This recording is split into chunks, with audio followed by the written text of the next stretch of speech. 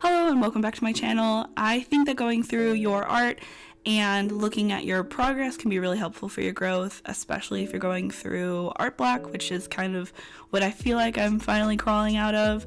So today I'd like to go through an adventure of sorts of my art, starting in chronological order with you, and kind of go through and talk about them. I've already seen everything because I took screenshots of it from Instagram. A lot of it was in my archives, so they haven't seen the light of day in years. I started making digital art in 2016, 2017. I graduated with a graphic design degree in 2017, which sounds really weird. A lot of my degree, they had us doing a lot of traditional art before we started working in like the Adobe products, which is a whole other story afterwards. So of course after I realized what I wanted to do, because I originally went for psychology, again, totally another subject. Doing a lot of personal art was obviously really important for growth. So without further ado, let's get started. Starting off in the year of 2017, what a year. I just started my art Instagram, I just got a MacBook, and I began making my first digital art, personal digital art to share. So the very first one, and I'll have here, but I'll show on the screen, is this Kuma mountain design, which looking at it now is honestly pretty good for like what it is, and it's not super far off of like where I'm currently at style wise and like subject wise. One little fun thing to point out is the logo that I made for myself. Early on I kept Ghosttraveler as like my art name, as just including of like what my YouTube name was. So this is a fun little logo that I made, and I used in a lot of different places. During this time, when I first found out that like digital art was a thing, that you can make an art Instagram, that you can make designs and share them with people, when I found out all of that, I was so excited. And so some of my first inspirations was like Sugar Bones. She's one of the first people that I ever found. I still love her to death. And very clearly this is inspired by that, and by around the time was 2016 with like a lot of, thank you Shime, a lot of like, you know, the election and stuff was going on, so this is all inspired by that. I like where I was going with the shading and the highlights and stuff, and the banner and everything. This is very me still. Another one that was obviously very much inspired by Sugar Bones, like fight like a girl, girl weapon, girl like, or I should say like feminine energy of like fuck you kind of shit. So very cute, love it, love the little font and everything like that.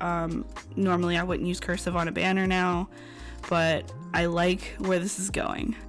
At this time, I was also super inspired by like that Wanderlust style, a lot of like outdoorsy national parks, like stuff like that. So this one's very, very clearly, I wanted to go visit a national park. I wanted to go wander. Not a big fan of how this design was, but it's definitely kind of where I was wanting to go at the time. So a lot of people sort of swear by this, but I definitely agree that doing the Inktovers were really helpful, and I think that's where I found a lot of my style early on. I don't ever participate in them anymore because I'm too busy, but I really recommend for growth. So you could see here, I'll just kind of go through them quickly because there's a few of them. I kind of picked up a style. I really liked the sparkles. I really liked minimal use of colors. I had this very specific color palette. I was kind of finding my illustration style, like finding out like shapes and how they work, really still kind of figuring out Illustrator, which is the product I use the most, and so like still kind of figuring it out, that Wanderlust style, mountains, texture, trees, very still inspired by Liam Hurst. Again, another hand one. Don't know what I was doing with this, like the shape of the hand, but I'm figuring it out. Here's a really interesting one. I played with the text, and I made what I assume is like the first character. And I don't really like the way that this one turned out. I don't really like the face and everything, but the shape of the bear and the bow I think look really good. I don't like how the mouth isn't the same width as the other stuff, you know, like the bear and the bow, but I was getting there. I like the use of the colors and stuff like that too. That's something that I was trying to figure out. The cauldron is a classic. Love it. It changes very, very slightly later on. I drop the banner and it's just the cauldron. Very classic Ghosttraveler design, I think. Here I start playing with a little bit more of like a character design. For a really long time, if you know me, I was always like, oh, I can't do characters. I still kind of think I can't do characters, even though that's like literally all I've been doing for the last like year or two. But here I really like the use of the wiggly lines. I was kind of going for like a foggy like mist. I really like the funness of the wiggly lines like that. I love the ghost coming out like around the gravestone. I think this is pretty cute. And later on, I touched it again and did some edits to it because I wasn't really a big fan of the face and like the grass and stuff. So I changed it a little bit later on. Next, this is definitely hands down one of my favorite designs ever. I don't remember when I made this, so I'll just put it right here. I want to say 2017, could be 2018, but I made this in enamel pen. One of my favorite and one of my first enamel pen designs that I ever did. I still think this is a pretty solid design. It's very different from where I'm at right now, but I love it. I think I'll always love it, really. Ooh, and then the bottom corner is also, sorry, I'm sick. I don't know if I don't think I said that earlier, but I'm sorry, I'm sick, so I sound kind of dumb and congested. But the bottom logo is really interesting to see because you could see that I am kind of still figuring out how to brand myself, how to watermark my work so that people don't steal it. Spoiler alert, that happens a lot. So it's really cool to see this really old like self-named logo that I mostly used in school.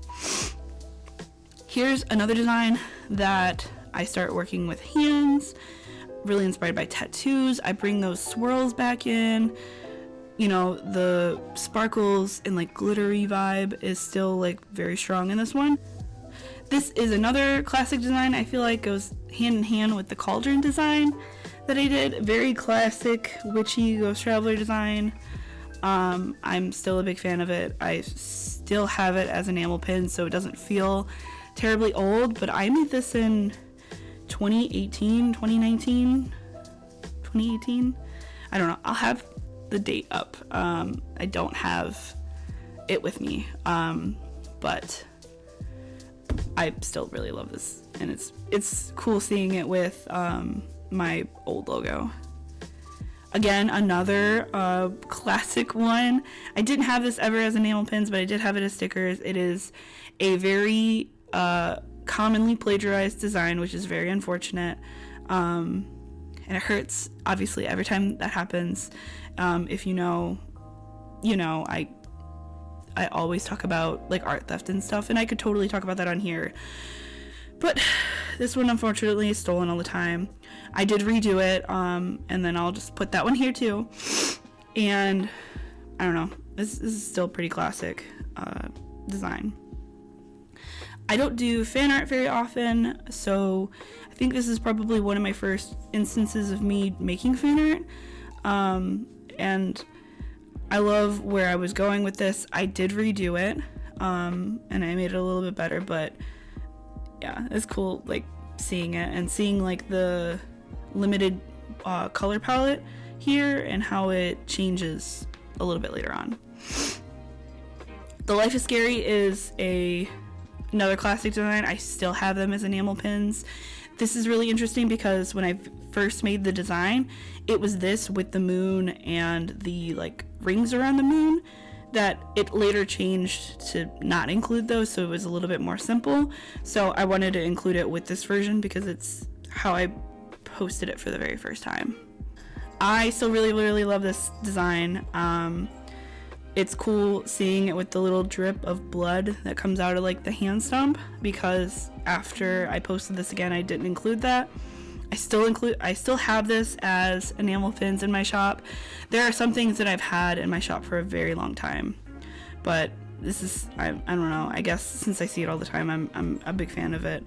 I don't really like the difference in line weights, but since there's so much going on, it makes sense, but I still really like this design. This is another one of those designs where I was inspired by Wanderlust, but this is actually a reference to Animal Crossing's Pocket Camp, because you have the little van and you move from campsite to campsite. So this was kind of fan art, but like a hidden fan art basically. I was really inspired by flat design at the time, and like vector flat design, like graphic design stuff. So that's kind of where I was at with this.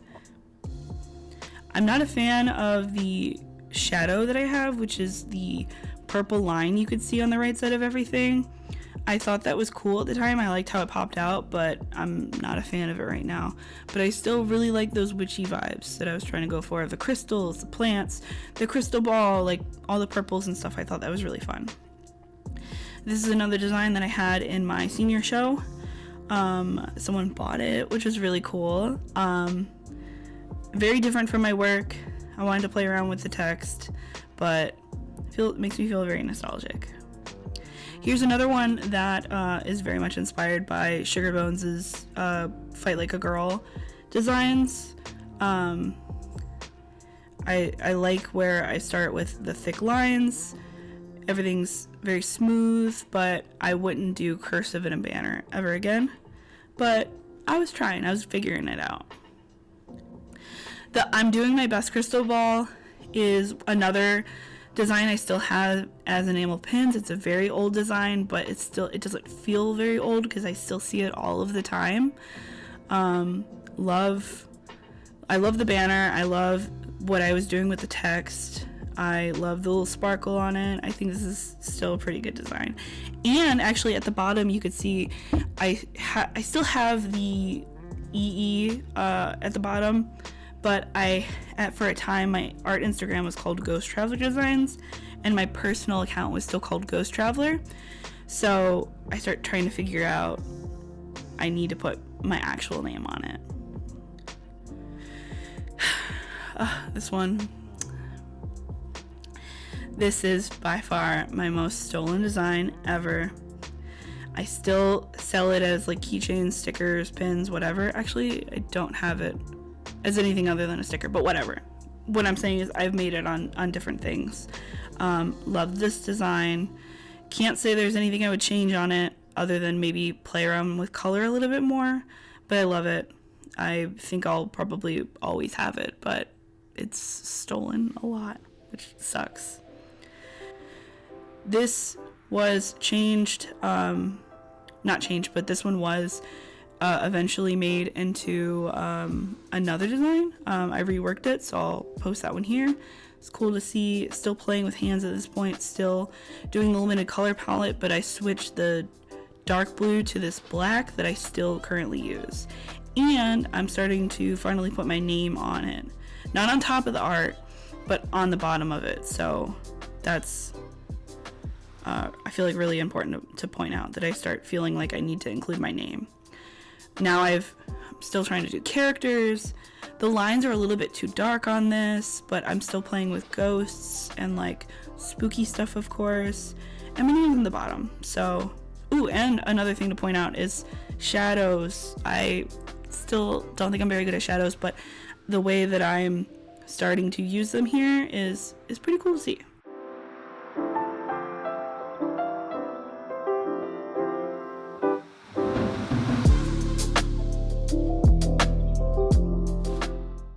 My sweets designs is another series I did. I still really love it. I have them as pins, keychains, stickers, etc. I really love it. I love the lines. I love the use of colors. I feel like starting to figure out color, but I really love them.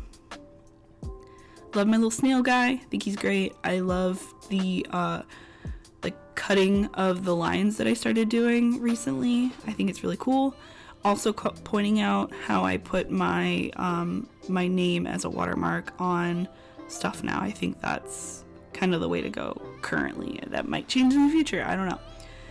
And then kind of quickly, here's a roll of a couple of recent designs. And when looking at these now versus what I was first showing in the beginning of the video, it's really clear that my art has changed quite a bit.